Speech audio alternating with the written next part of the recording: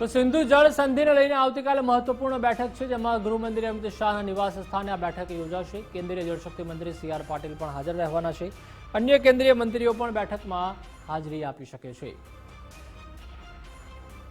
તો આવતીકાલે પણ મહત્વપૂર્ણ બેઠક છે તે સિંધુ જળ સંધિને લઈને યોજાવાની છે અને ગૃહમંત્રી અમિતભાઈ શાહના નિવાસ સ્થાને જ આ બેઠકનું આયોજન કરવામાં આવ્યું છે, જેમાં કેન્દ્રીય જળશક્તિ મંત્રી CR પાટીલ પણ હાજર રહેવાના છે। અંદર અન્ય કેન્દ્રીય મંત્રીઓ છે તે પણ બેઠકમાં હાજરી આપી શકે છે। તો પાકિસ્તાનને એક બાદ એક જે ડિપ્લોમેટિક આપણે જવાબ આપી રહ્યા છે, તેમાં સિંધુ જળ નું પણ જે રીતે મહત્વપૂર્ણ છે, સિંધુ જળ સંધિને લઈને પણ જે રીતે આવતીકાલે મહત્વની બેઠક છે તે યોજાવાની છે। અત્યારે તમામ કરાર છે તે અત્યારે હાલમાં આપણે પાકિસ્તાન જોડેથી સ્થગિત કર્યા છે, કારણ કે સિંધુ જળ સંધિ છે તે 1960થી આ કરાર છે તે કરવામાં આવ્યો હતો, પરંતુ હવે જે રીતે પાણી આપણે જે ત્યાં સપ્લાય કરીએ છીએ 80% આપણા જે પાણી છે તે અહીંયાથી પાકિસ્તાન જતું હતું, પરંતુ હવે તેને રોકવામાં આવશે। એટલે કે એક એક પાણીના ટીપા માટે હવે પાકિસ્તાન છે, જે આતંકિસ્તાન છે તે તરસવાનું છે। ત્યારબાદ તમામ જે વિઝા છે તે પણ આપણે રદ કર્યા છે પાકિસ્તાન તરફથી।